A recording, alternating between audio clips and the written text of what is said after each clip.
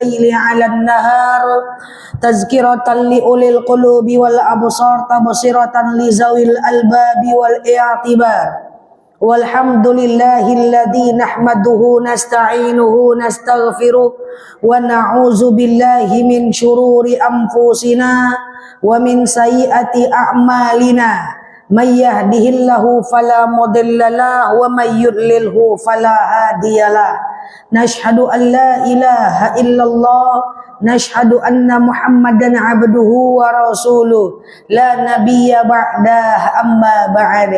Ibu-ibu yang saya sayangi karena Allah, sebelum kita mulai kajian ini kita berdoa kepada Allah, semoga siapapun kita yang hadir dalam majelis ini, insya Allah Allah sehatkan badan kita, Allah kuatkan jasad kita, Allah tambah ruh keimanan kita, Allah luaskan rezeki kita, Allah angkat segala masalah kita, Allah jauhkan kita dari orang-orang zalim, Allah matikan kita dalam keadaan husnul khatimah. Amin.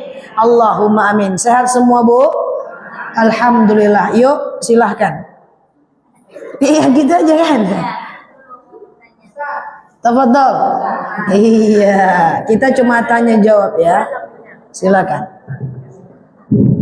Assalamualaikum warahmatullahi wabarakatuh. Waalaikumsalam warahmatullahi wabarakatuh. Yang ingin saya tanyakan di sini Ustazah mengenai sholat subuh. Sholat subuh adalah tepatnya jam 5:59. Terus berbunyi waktunya. Apakah kita langsung sholat atau ada juga yang bilang tunggu 10 menit dulu? Ada juga yang bilang langsung sholat setelah berbunyi sirenenya. Terus yang kedua, setelah sholat subuh, apakah kita boleh menjelang waktu subuh kita bercerita aja atau tidur-tidur aja? Terus yang ketiga yang saya tanyakan, setiap pagi Jumat di sini sholat sajadah. Terus tolong sujud sajadahnya di seperti apa ayat yang dibacakan, atau seperti sujud biasa atau sujud apa? Silakan. Baik, Ustazah, terima kasih sebelumnya. Baik. Pertanyaan pertama, sholat syuruk di jam masjid 5:59. Saya jelaskan. Ibu-ibu yang saya sayangi karena Allah, dalam dalil dikatakan siapa yang sholat subuh 2 rakaat berjemaah di masjid. Jadi berjemaah di masjid, lalu dia iktikaf sampai datang waktu syuruk di masjid atau di musola, pahalanya sama dengan 1 kali haji, 1 kali umroh. Nah, saya mulai dari sini. Antara azan subuh dengan syuruk, kalau mau dihitung jam, itu lebih kurang 1,5 jam kalau di masjid tidak ada jadwal syuruk. Tapi kalau ada jadwal syuruk seperti yang ada di masjid kita, misalnya jam 5:59, maka lebihkan 10-15 menit baru kita melakukan sholat sunat syuruk. Supaya dapat pahala haji dan umroh. Karena 10 menit dalam data jam itu persiapan. Oke? Itu jawaban pertanyaan pertama. Kemudian yang kedua, kan tadi dalil dikatakan bahwa siapa yang sholat subuh 2 rakaat, lalu dia iktikaf dulu sampai syuruk. Kan gitu kan? Nah, maka dia dapatkan pahala haji umroh. Jadi kalau mau dapat pahala haji umroh, harus iktikaf dulu di masjid. Nah, saya jelaskan. Apa itu iktikaf? Iktikaf itu diam sendiri di masjid. Saya jelaskan. Apa syarat iktikaf? 1, dia dilakukan di masjid atau di musola. Yang kedua, ada 5 aktivitas iktikaf. Pertama, zikir. Kedua, baca Quran. Ketiga, muhasabah diri. Keempat, berdoa. Kelima, sholat sunnah. Cepat betul? Pas, oke. Pertama, zikir. Kedua, sholat sunnah. Tapi kan habis subuh nggak bisa sholat sunnah ya. Kemudian ingat kekurangan diri, doa dan baca Quran. Kalau habis subuh kita lakukan 5 tadi, syaratnya di masjid atau di musola. Dan iktikaf itu syarat kedua adalah diam. Diam. Misalnya ibu di masjid duduk sini, ibu baca Quran, tapi sambil ngobrol, baca Quran, ngobrol-ngobrol lagi. Itu baca Quran namanya, bukan itikaf. Paham? Ibu zikir di masjid, capek scroll handphone, lihat TikTok, itu zikir namanya, bukan itikaf. Ibu muhasabah diri, tengok-tengok burung lewat, tengok kucing ngangak-ngangak dengan kucing depan masjid. Itu namanya muhasabah diri, bukan iktikaf. Jadi sesuatu itu dianggap iktikaf dengan packagingnya, dia mesti diam di masjid sendiri, menyendiri, dan di musola atau masjid melakukan 5 aktivitas tadi. Makanya tabiat dari iktikaf itu sendiri. Makanya orang iktikaf tuh pojok sendiri dia. Oke? Maka ini akan menjawab pertanyaan kedua. Kalau saya ke masjid sholat subuh, iktikaf sampai syuruk, tapi saya tidak diam, tidak melakukan 5 tadi, ngobrol saya, itu bukan iktikaf namanya. Nanti boleh melakukan sholat syuruk, tapi cuma dapat pahala syuruknya, tak dapat pahala haji umrohnya. Paham?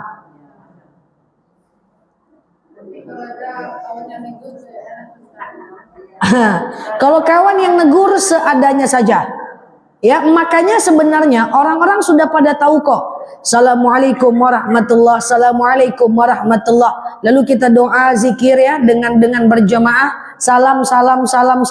Ambil sejadah, letakkan di pojok, orang tak ganggu insyaallah. Saya rasa Pekanbaru sudah paham sih dengan itu, karena sudah lama kami mensyiarkan isyrok atau syuruk itu di Pekanbaru ya. Nah khususnya di tempat lain semoga juga sudah gitu. Nah boleh sambil makan bawa teh, kopi, makan kurma, roti, bakwan, salalawak, godok bagulo, boleh, nggak ada masalah. Ya capek selonjor kaki boleh, ya sambil baring zikir boleh, nyandar boleh, nggak ada masalah. Kalau ngambil wudhu batal, ambil wudhu lagi, masuk lagi ke dalam, itu nggak apa-apa. Jadi itu dia membedakan iktikaf dengan zikir biasa. Tapi kalau cuman syuruk aja, ibu tak pakai iktikaf ibu, itu dapat pahala syuruk aja. Makanya banyak yang nanya, boleh nggak sholat syuruk itu di rumah? Boleh aja, cuman nggak dapat pahala haji umroh. Karena dalam dalil kalau mau dapat pahala haji umroh harus gabung dengan iktikaf dan di masjid atau musola sholat subuhnya. Paham sampai sini? Nah, anda pahami nanti nih. Maka kalau ada kawan sudah duduk dia di pojok, jangan dikutik-kutik juga lagi. Oi, jangan dia iktikaf. Makanya kalau habis sholat berjamaah, assalamualaikum warahmatullah, assalamualaikum warahmatullah. Orang kan zikir tuh dengan jamaah, doa dengan jamaah. Ada beberapa jamaah yang setelah imamnya bilang walhamdulillahi rabbil alamin, dia tidak amin, dia langsung aja doa sendiri.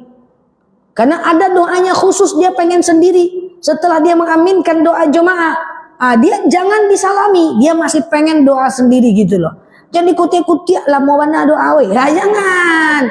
Dia pengen sholat sendiri ya. Masjid ini memang tempat silaturahmi, tapi ada tempatnya, bukan nguti-nguti orang di masjid. Jadi kalau orang itu sudah ke pojok, dia udah memilih untuk iktikaf, maka abaikan dia, kasih senyum hangat sikit, salam saja. Biarkan dia iktikaf, karena iktikaf itu adalah aktivitas individu.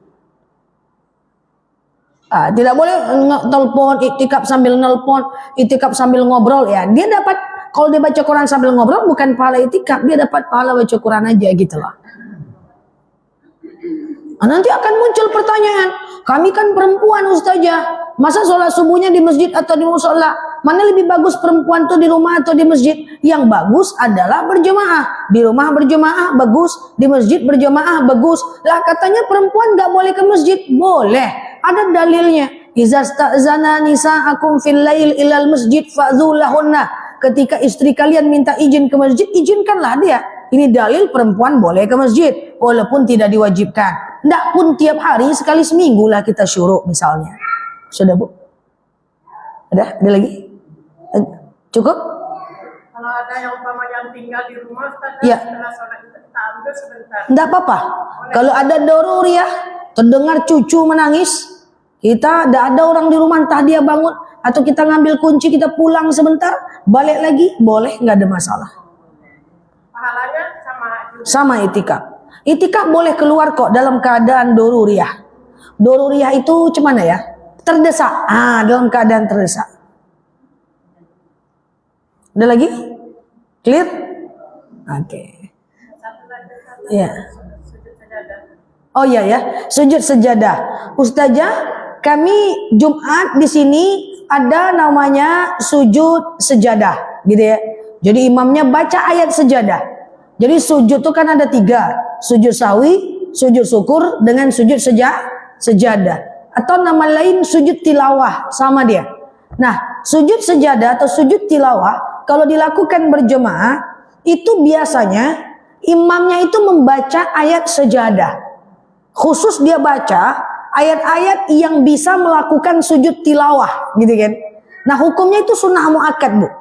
Ya, sunnahnya itu mendekati wajib. Kalau kita udah ketemu ayat sujud sejadah atau sujud tilawah, kita sebut sujud sejadah aja biar gampang. Nah, jadi kan imam sujud tuh langsung. Ibu kan semua sujud tuh, gitu ya. Kalau sholat berjamaah ibu tak hafal, cemana? Sebenarnya nggak apa-apa sih, kan asal ikut imam aja.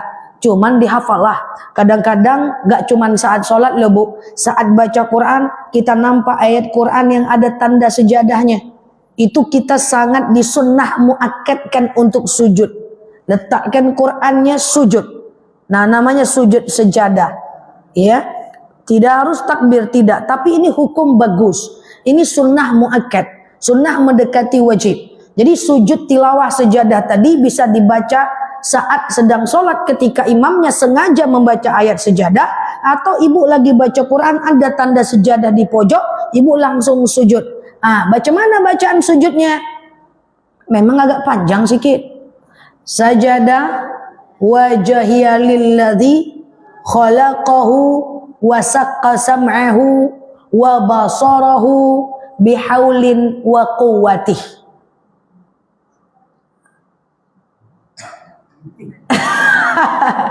Oke, semuanya. So, sajada wajhiya. Lagi. Lagi.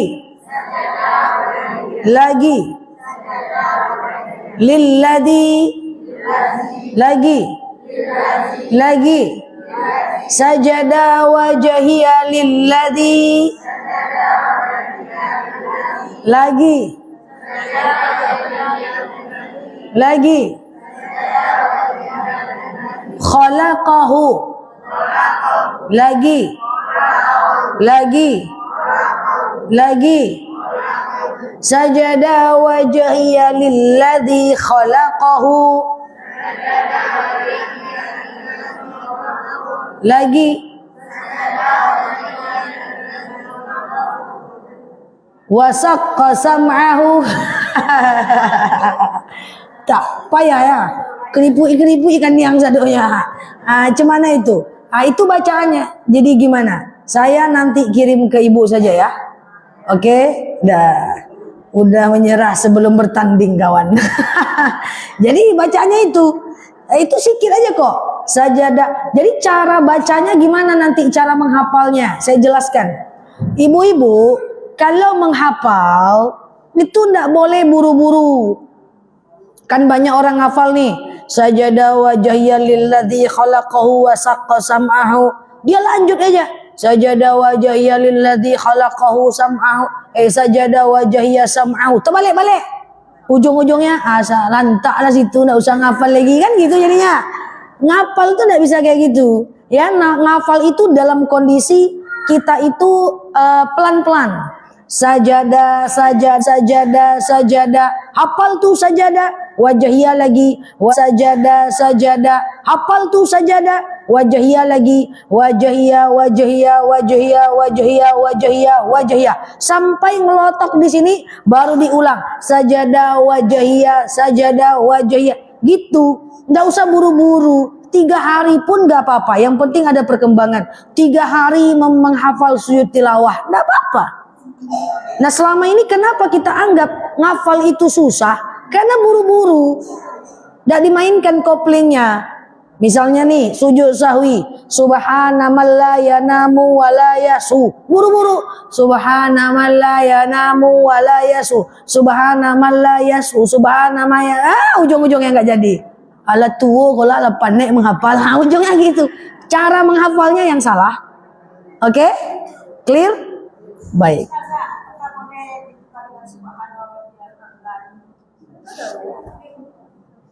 Apa? Idealnya nggak bisa. Cuman satu madhab yang mengatakan bisa. Saya saranin hafal aja. Itu pendek saja. Sujud syukur, sujud tilawah, sujud sejadah itu pendek saja. Saya rasa kalau ibu hafal tak susah. Insya Allah tak susah. Sikit saja. Berkorban kita belajar nggak apa-apa. Oke? Oke? Deh, keripik kan yang cuman no ya. Belajar susah sikit nggak apa-apa. Memang susah. Gitu. Oke? Tafadhol. Ustaz, saya mau tanya, mana didudukan bayar hutang apa bersedekah atau berinfak? Ustazah, mana didulukan berhutang atau bayar bayar hutang atau bayar sedekah? Saya banyak dengar pertanyaan ini. Entah dari mana, ini baru muncul baru-baru ini pertanyaan. Saya udah 20 tahun ceramah. Baru kali ini di online saya sering dengar pertanyaan kayak gini sih. Di jemaah juga sering. Mungkin mereka dapat dari video-video yang beredar. Saya jelaskan. Yang mereka dengar, yang kita dengar, saya belum dengar sih, tapi taunya dari jemaah. Katanya begini, tidak boleh sedekah kalau masih ada hutang. Kan gitu katanya ya. Jawabannya itu benar tapi kurang tepat. Maksudnya gimana? Kalimat itu benar kalau konteksnya benar. Tidak boleh sedekah kalau masih ada hutang. Kalimat itu benar tapi kurang tepat. Benar kalau konteksnya benar. Contoh, saya punya hutang 2 juta pura-puranya.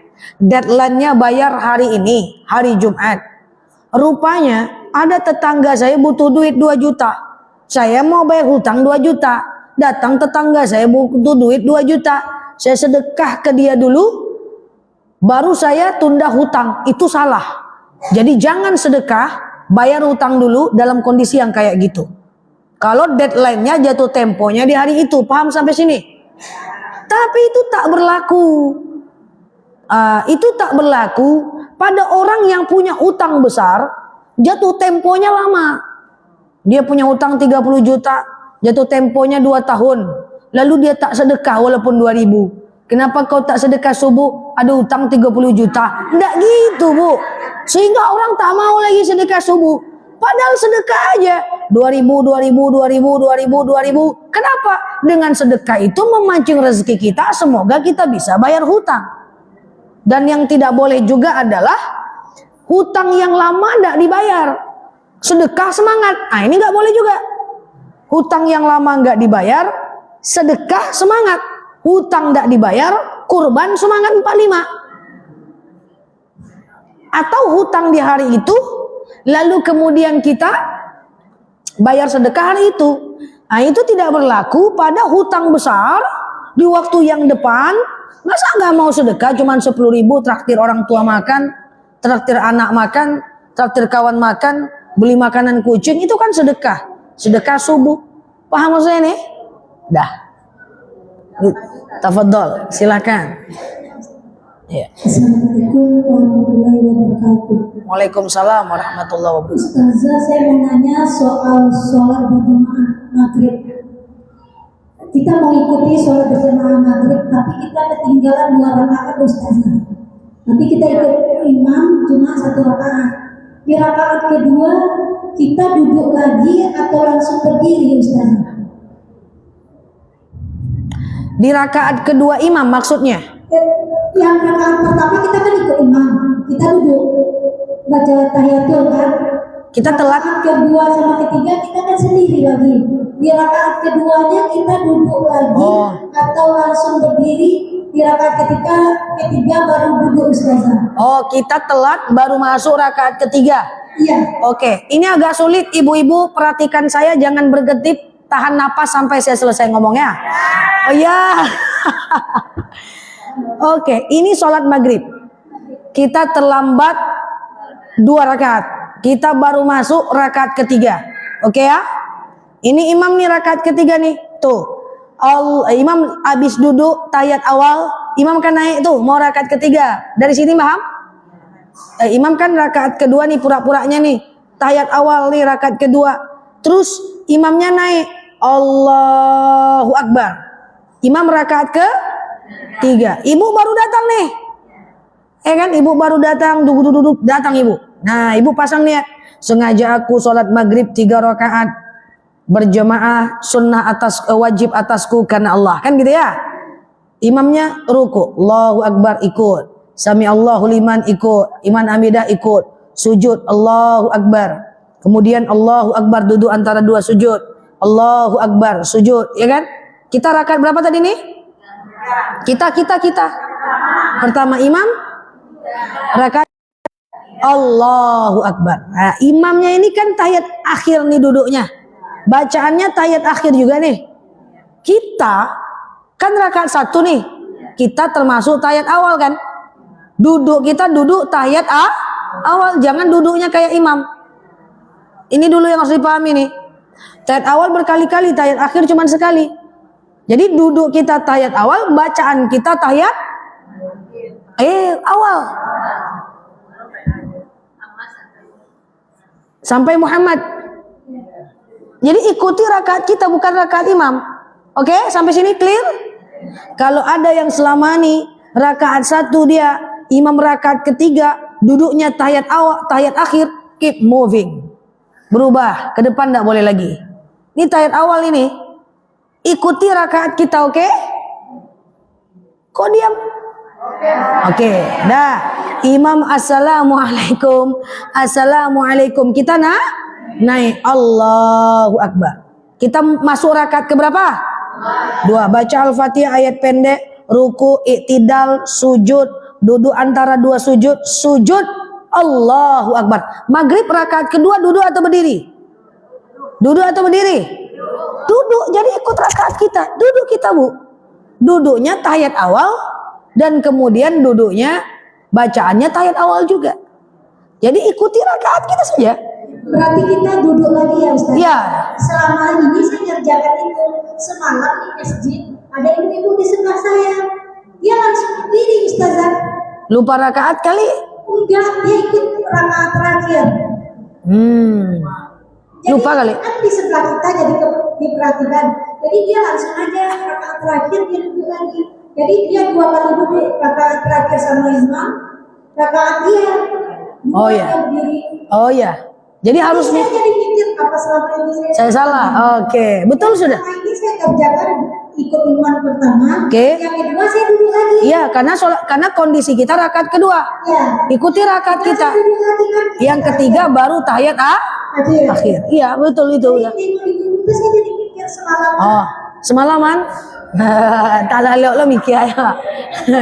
Kasih Ustaz. Sama-sama. Assalamualaikum. Jadi ada 2 tahiyat awal dan 1 tahiyat duduknya ikuti rakaat kita saja. Coba.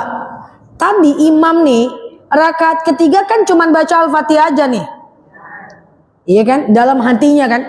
Jemaah yang lain kan Al-Fatihah aja nih. Kita rakaat pertama kan? Kita baca iftitah. Iftitah, Al-Fatihah dan ayat pendek kan? Walaupun iftitah dan Al-Fatihah, iftitah dan ayat pendek itu sunnah. Tapi bacaannya ikuti bacaan rakaat kita aja. Dah, jadi Ibu sudah betul, kita berbaik sangka, mungkin teman kita itu lupa saja rakaatnya.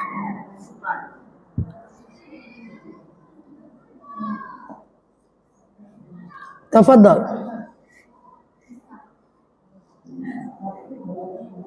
Rakaat kedua baca ayat pendek.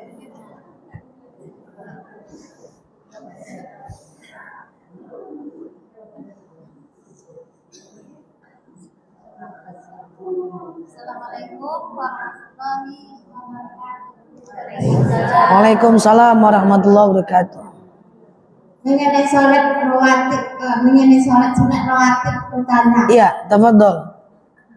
Kapan-kapan kita kerjakan waktu sholat apa? Rawatib Iya. kita kerjakan waktu sholat apa? Siap, terima kasih. Rawatib itu adalah nama sholat sunnah. Rawatib itu adalah bapaknya. Itu pura-puranya gitu lebih gampangnya. Rawatib itu bapak. Rawatib itu punya 2 anak. Nah, siapa anaknya? Adalah rawatib qobliyah dan rawatib ba'diyah. Jadi bapaknya namanya rawatib, punya 2 anak. Namanya rawatib qobliyah dan rawatib ba'diyah. Rawatib qobliyah itu 2 rakaat sebelum sholat fardu. Rawatib ba'diyah 2 rakaat setelah sholat fardu. Kapan dikerjakan? 2 rakaat sebelum subuh, 2 atau 4 rakaat sebelum zuhur, 2 atau 4 rakaat setelah zuhur, 2 rakaat sebelum asar, 2 rakaat sebelum setelah maghrib, 2 rakaat sebelum setelah isya. Itu campur antara sunnah biasa dengan sunnah muakkad. Khusus 2 rakaat sebelum isya, sebelum maghrib, sebelum asar, itu hukumnya sunnah biasa. Dia tidak sangat dianjurkan, biasa saja. Tapi tetap sunnah. Kalau qobliyah zuhur, kalau mau 4 rakaat dipotong jadi 2, jauh lebih baik. Oke?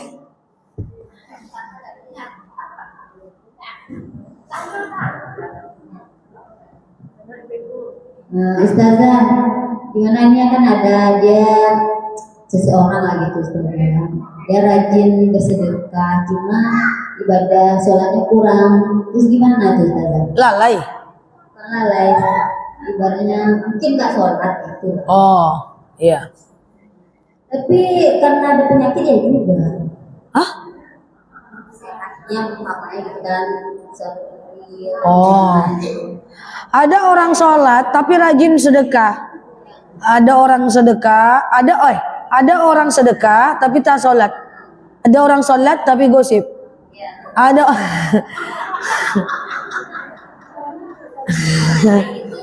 kare mana galak atau inge ya. Ada orang sholat tapi gosip. Ada orang sholat buka aurat. Ada orang tutup aurat tapi nggak sholat. Ada orang rajin sedekah tapi nggak sholat. Allah itu menghitung amal kita itu 1 persatu.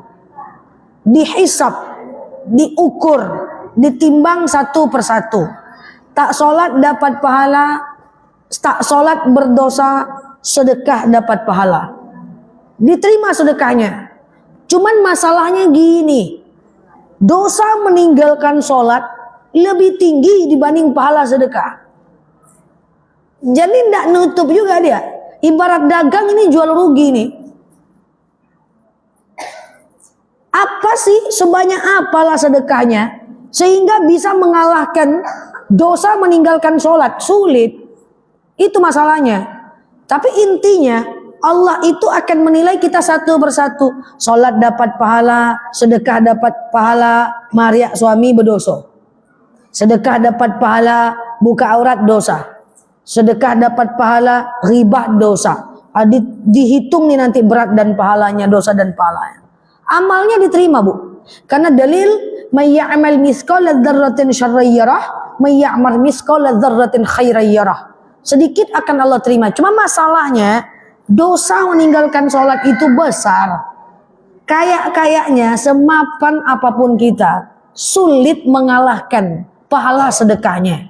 Kadang-kadang sedekah itu tak pula semua diterima. Kadang-kadang diikuti dengan riya. Kadang-kadang ada ujub di sana. Iya kan? Kadang-kadang ada kesombongan di sana. Jadi makanya ustadz-ustadz sering ngomong, banyak sedekah, berbuat baik, berbuat baik, berbuat baik, berbuat baik, berbuat baik. Kenapa kita berbuat baik? Karena belum tentu lagi amalan kebaikan kita itu diterima. Makanya pakai teori kuantitas. Semakin banyak amal, semakin besar peluang diterima. Kan gitu kan? Gitu ya Bu? Jadi kalau kakinya sakit, kemudian pada akhirnya dia nggak sholat, nggak jadi alasan. Karena dalam dalil, shollu qa'iman, sholatlah kalian dalam keadaan berdiri, fa illam tastati fa qa'idan, kalau nggak bisa ya duduk. Fa illam tastati fa ala jam, kalau nggak bisa baring miring ke kanan, fa illam tastati fa mustalqiyan, kalau nggak bisa telentang. Clear? Tafadhal. Assalamualaikum warahmatullahi wabarakatuh. Waalaikumsalam warahmatullahi wabarakatuh. Ini Ustazah tentang akikah Ustazah. Anak kita kan misalnya laki-laki atau perempuan. Kalau perempuan itu kan kambingnya satu. Kalau laki-laki kan kambingnya dua. Seandainya kita tidak mampu gitu, yang laki-laki itu kan dengan kambing satu kita langsung apakah boleh gitu katanya. Atau kata orang sebagian katanya kan kalau kambing itu besar sah nikahnya laki-laki, tapi kalau kambingnya kecil baru satu, gimana tuh Ustazah? Kalau kambingnya kecil baru dua, gimana tuh Ustazah? Laki-laki kambing 2. Tapi kalau nggak mampu kambing 1 dulu versi Imam Malik boleh. Kayak gitu ya Iya. Ustazah. Oke. Jadi wajibkan 2 ya. Jadi langsung boleh gitu ya. Boleh. Versi Imam Malik masih boleh. 1 dulu baru belakangan. Ya. Terima kasih ya. Ustazah. Iya. Baik. Lanjut.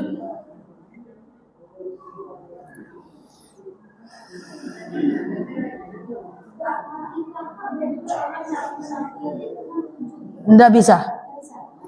Akikah 1 sapi 7. Sebentar, 7 anak. Anak perempuan kali 7. Kenapa harus begitu? Maksudnya 1 anak 7 gitu. Oh. Maksudnya 7 orang. Secara nisab sama dong. 7 kambing dengan 1 sapi 7 orang nisabnya sama. Boleh saja. Tidak ada masalah. Tapi kan dalam dalil dakma yaribuk. Iya kan? Kalau ragu ngapain 7 sapi 7 orang? Beli aja kambing 7. Selesai. Yang penting tak pakai ayam.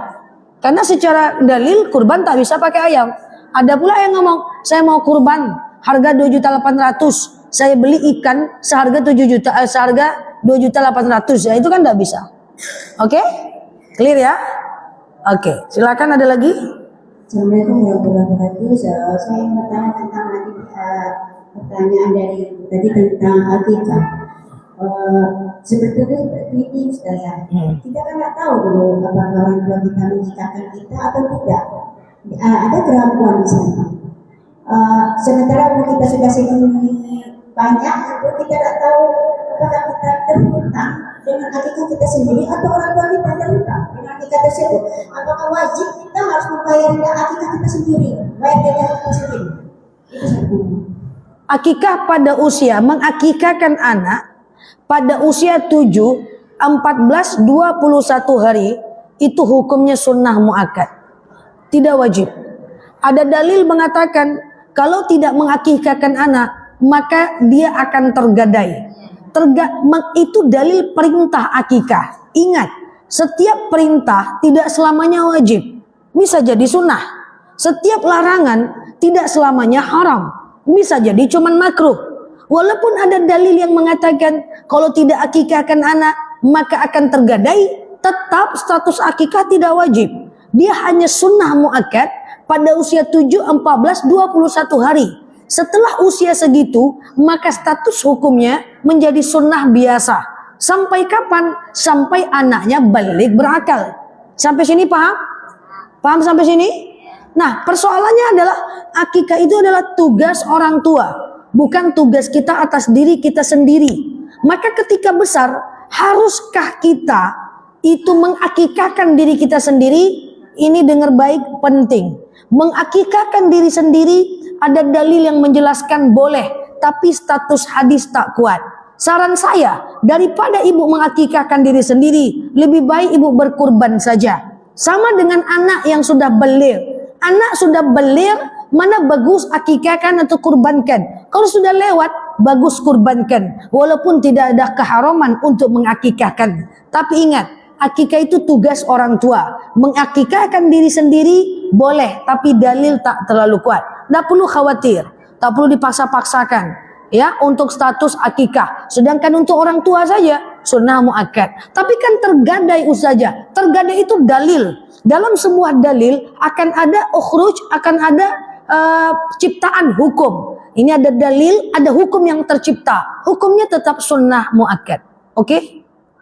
Ya, terima kasih Ustaz. Tapi ada satu lagi yang saya dengar di satu kajian lain pula ya. Waktu saya ke korban, dia bertanya apakah saya udah dinikah sama orang tua saya. Jadi kita bilang itu, kalau belum dinikah sama orang tua, nggak diharuskan itu berkorban. Gitu. Jadi saya ramu dengan Tidak, akikah itu tugas orang tua. Mana dulu kita tidak tahu mak kita? Atau dia miskin dulu? Bagaimana pula kita akhirnya akikah menjadi wajib bagi kita? Kalau akikah itu wajib, di mana-mana kami akan ceramah akikah ya kan? Nah, seperti itu. Jangan khawatir, kurban saja. Iya.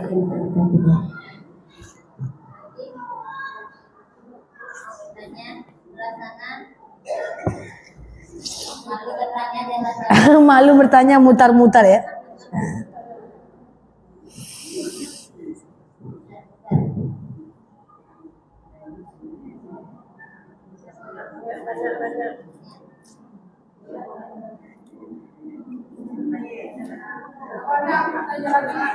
Boleh, boleh ku.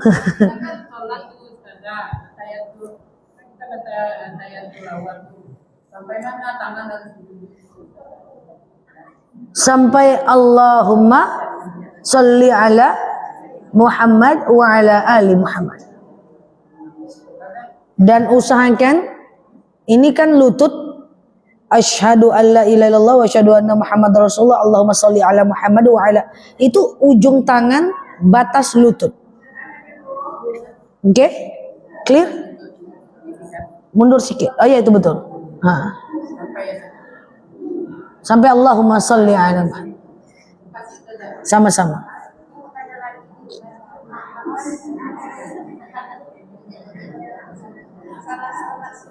Sudah nih Ustazah.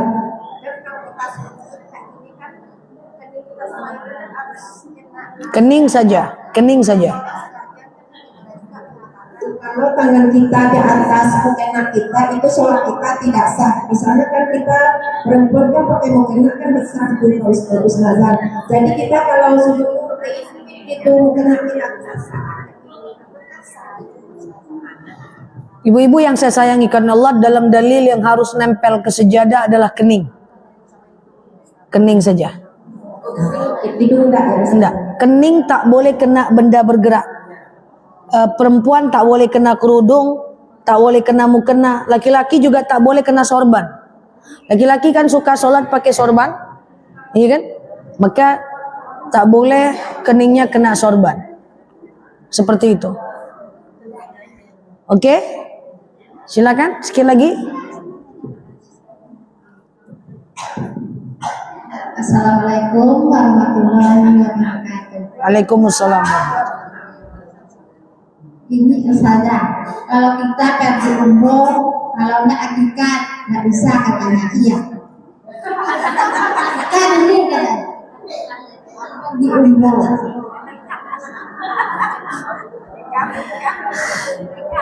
Nikah atau akikah?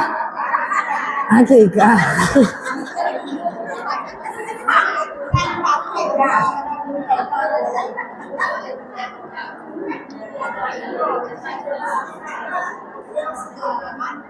Katanya tidak boleh pergi umroh kalau belum akikah. Tak ada hubungannya. Ya, silakan. Saya kira nikah tadi. Ibu mau nikah lagi biar umroh lagi. Jadi tidak ada hubungan. Silahkan berangkat umroh walaupun belum akikah. Karena akikah adalah tugas orang tua. Kurban tugas kita, umroh tugas kita. Iya. Iya. Akikah dulu baru umroh? Enggak. Umroh status hukumnya apa? Umroh hukumnya apa? Hukum umroh.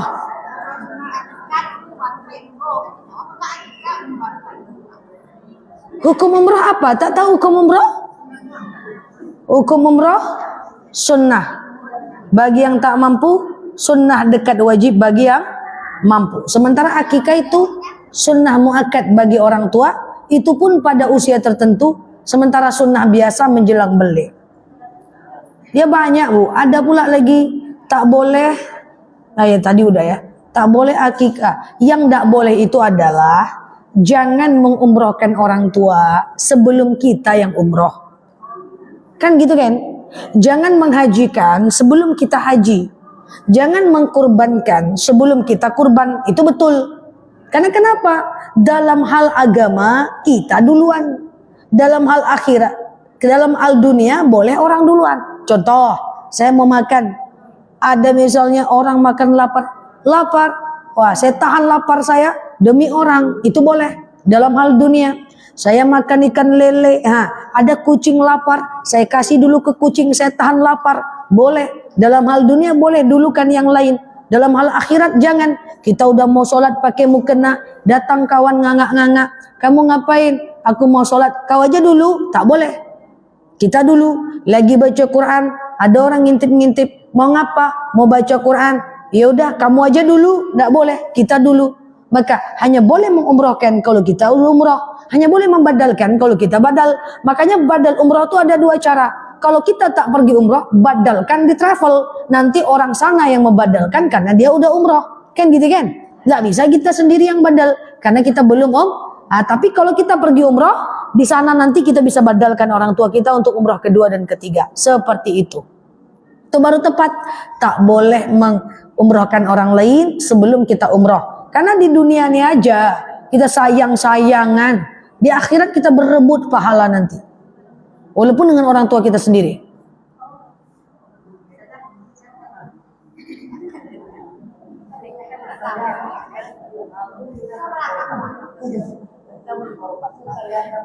Ustazah, ini yang enggak tersedih hati. Apakah mandi telanjang itu berdosa? Terus kalau kita sudah mengambil air wudhu, tahu kita kan pakai handuk aja, mau kesalin ke tempat baju gitu terbuka, apa batal wudhu kita atau bagaimana? La aurat inda nafsik. Tidak ada aurat atas diri sendiri. Jadi kalau ibu mandi tak pakai baju nggak apa-apa. Tidak ada aurat atas diri sendiri. Iya kan? Kemudian wudhu pakai handuk gimana? Nggak apa-apa. Karena nggak ada syarat wudhu. Syarat wudhu, 1, pakai baju ya, kan nggak ada. 2, tutup aurat ya, kan nggak ada. Ya, itu adab saja. Kalau ibu tak pakai baju wudhu tak apa-apa, sah juga, cuma adab saja yang kurang. Kalau ibu wudhu pakai handuk juga bagus, cuma adab saja kurang. Jadi untuk menentukan sesuatu itu sah atau tidak, lihat aja rukunnya. Apa rukun wudhu? Kan cuma niat, basuh muka, tangan, kepala, kaki, sah dia. Setelah itu kita pergi ke tempat ganti, ke kamar kita, nampaklah sedikit, batal nggak wudhunya? Tidak, karena tak ada syarat berwudhu itu nutup aurat.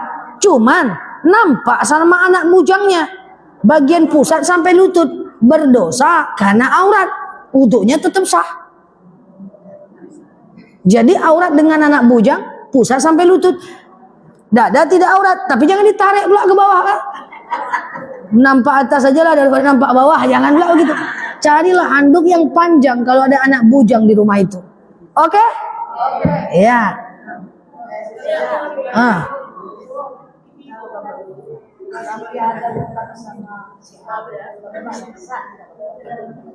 Kita berkurban masih ada utang.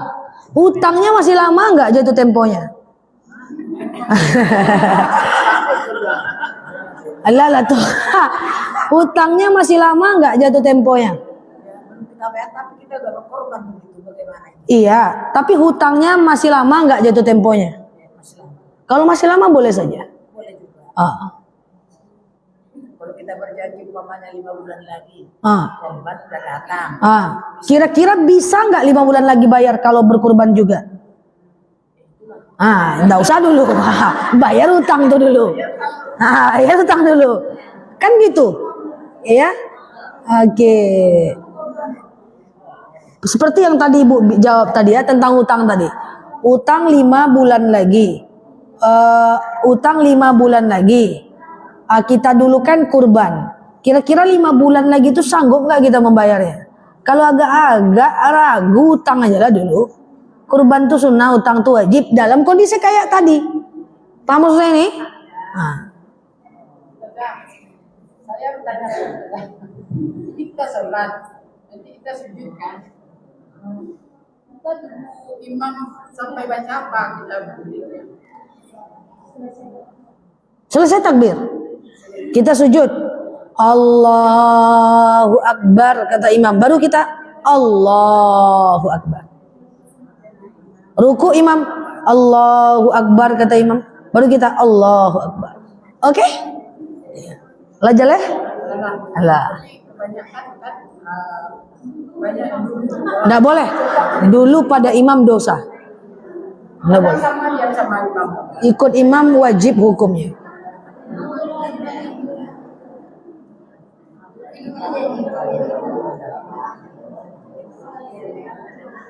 Maka bertanya. Ada lagi yang bertanya gitu.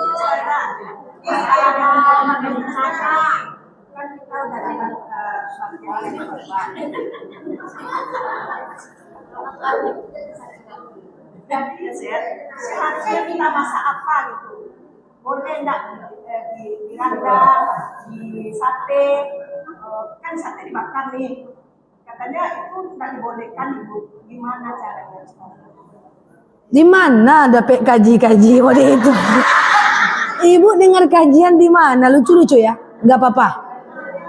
Ustazah, pertanyaannya gini. Ini ada daging kurban. Katanya kita masak tuh harusnya gimana Ustazah? Kalau cara masak tentu saya tak tahu kan gitu kan. Cuman ada yang bilang jangan dibakar, jangan disate, jangan di apa, itu nggak ada Bu. Yang penting dimakan di hari tasyrik. Yang penting dimasak dan dimakan. Nah, dapat pahalanya sunnah. Dapat pahala sunnah makan di tanggal 11, 12, 13 selama hari tasyrik. Tapi apakah haram menyatenya? Apakah haram menjadikannya stick barbecue? Apakah haram mencincangnya kemudian dimasukkan dalam burger? Apakah haram ketika menjadikannya sosis dan dimakan? Apakah haram ketika dijadikan sate? Tentu tidak apa-apa. Nanti antar ke rumah saya sebagian. Aman aja. Oke? Nah, gitu. Enggak apa-apa, Bu. Nah, jadi daging kurban tuh gini. Hukum memakan hewan kurban hari pertama kan sekarang kurban nih, orang sholat nih. Besoknya kan tasyrik itu sudah 11, 12, 13. Selama 3 hari tasyrik memakan hewan kurban hukumnya sunnah. Dapat pahala. Tapi setelah itu hari keempat, 5, 6, 7, 8, 9, 10, setahun, 2 tahun sampai menyerondok dia dalam freezer ibu itu, hukumnya halal dimakan Bu. Cuman pahala sunnahnya udah hilang. Hah? Ya, pahala sunnahnya hilang. Sama dengan beli daging di pasar aja lagi. Oke? Cukup? Nah, kita sambung bulan depan ya, tanya jawabnya ya. Wallahu a'lam bishawab.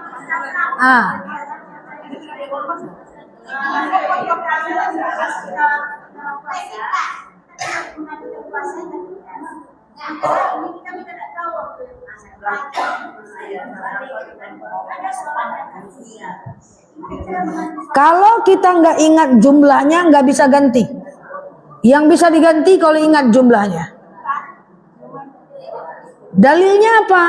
Ja'a rajulan ila Rasul, datang seorang laki-laki kepada Rasul, wa huwa tabki, lalu laki-laki ini menangis. Lalu kemudian laki-laki ini berkata kepada Rasul, "Ya Rasulullah, dakhaltu ilal Islam 10 sanatal madi." Saya masuk Islam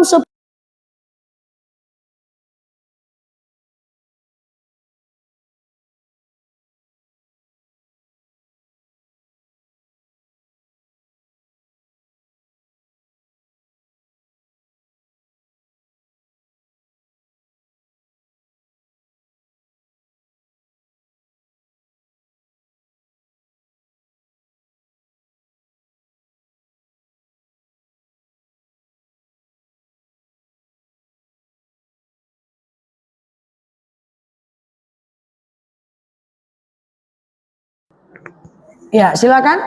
Cukup ya? Wallahu a'lam bishawab. Mohon maaf lahir dan batin. Ala hazihi niyah. Al-Fatihah.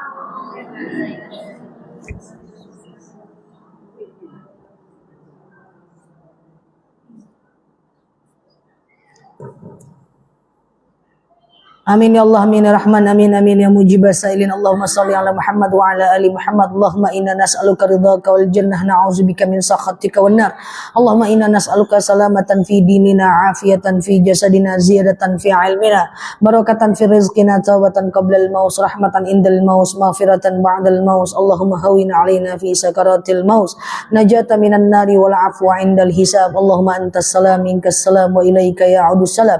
Fahayyina rabbana bis salam, dakhilna al-jannata darussalam, tabarak rabbana wa ta'ala ya hazal jalal jalali wal ikram. Allahumma inna na'udzubika minal hammi wal hazan, na'udzubika minal ajzi wal kasal, na'udzubika minal jubni wal bukhli, na'udzubika min ghalabati ad-dani wa qahar rijal. Allahumma yassir alaina umurana wa la tu'assir alaina umurana ya rabbal alamin. Allahumma in kana rizquna fis sama fanzilhu, wa in kana rizquna fil ardi fa akhrijhu, wa in kana rizquna ba'idan faqribhu, wa in kana rizquna haraman fatahhirhu, wa in kana qalilan فكثره يا رب العالمين. اللهم ربنا انفعنا بما علمتنا وعلمنا ما ينفعنا. اللهم ربنا هب لنا من ازواجنا وذريتنا قرة اعين واجعلنا للمتقين اماما. اللهم اغفر لنا ذنوبنا ولوالدينا وارحمهما كما ربونا صغارا. اللهم استجب دعانا يا الله، استجب دعانا يا رحمن يا رحيم يا مجيب السائلين. اللهم صل على سيدنا محمد وعلى ال سيدنا محمد. سبحان ربك رب العزة عما يصفون، سلام على المرسلين، الحمد لله رب العالمين. Wallahu a'lam bishawab. Assalamualaikum warahmatullahi wabarakatuh.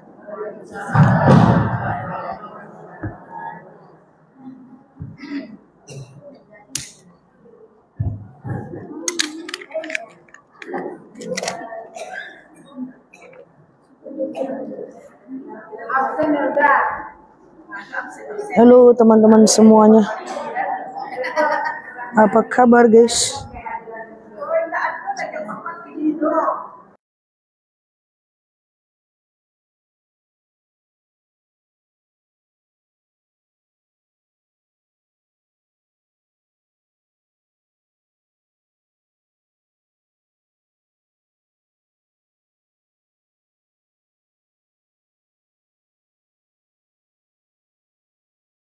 Saya duluan ya.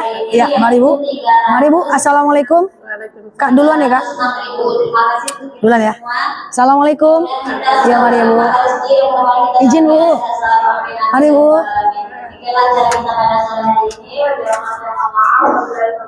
Halo guys. Assalamualaikum.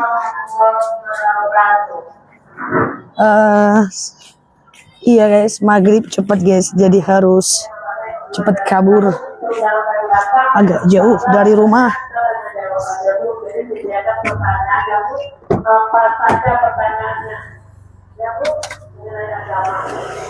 Allah.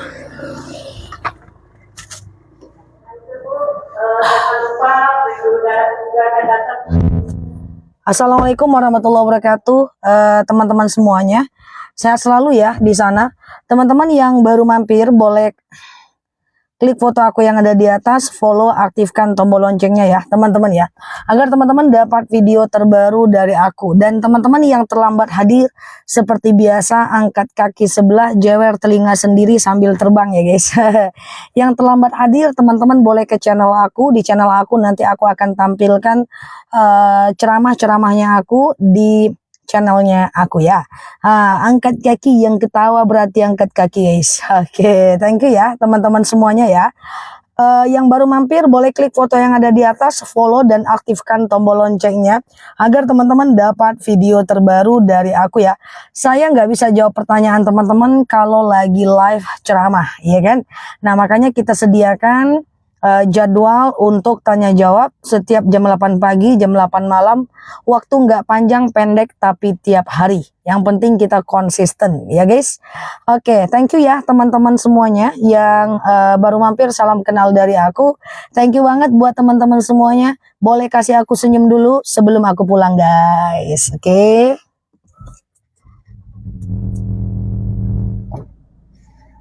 Oke, terima kasih ya teman-teman semuanya. Oke. Siap ya, kita tutup dulu ya. Kita tutup dulu ya guys. Semoga bisa happy bergabung bersama belajar di akun kita ini ya. Yang penting kita happy, belajar pelan-pelan, dikit-dikit ya kan. Yang penting bisa kita amalkan, dikit-dikit jadilah ya kan. Oke, thank you ya guys. Kita tutup dulu ya. Thank you yang udah share-share tautan, tap-tap layarnya. Dan thank you buat teman-teman yang sudah komen-komen dan bergabung bersahabat di kanal ini. Kita tutup dulu. Subhanakallahumma wa bihamdika nasyhadu alla ilaha illa anta nastaghfiruka wa natubu ilaihi. Nela Luki di sini, sampai paham. Assalamualaikum warahmatullahi wabarakatuh. Bye bye. Iya. Oke, aku matiin dulu ya teman-teman ya. Oke, aku matiin dulu ya. Thank you ya guys. Kita mandi-mandi dulu, pulang dulu. Oke, bye bye. Love you all. Aku matiin ya. Bye bye.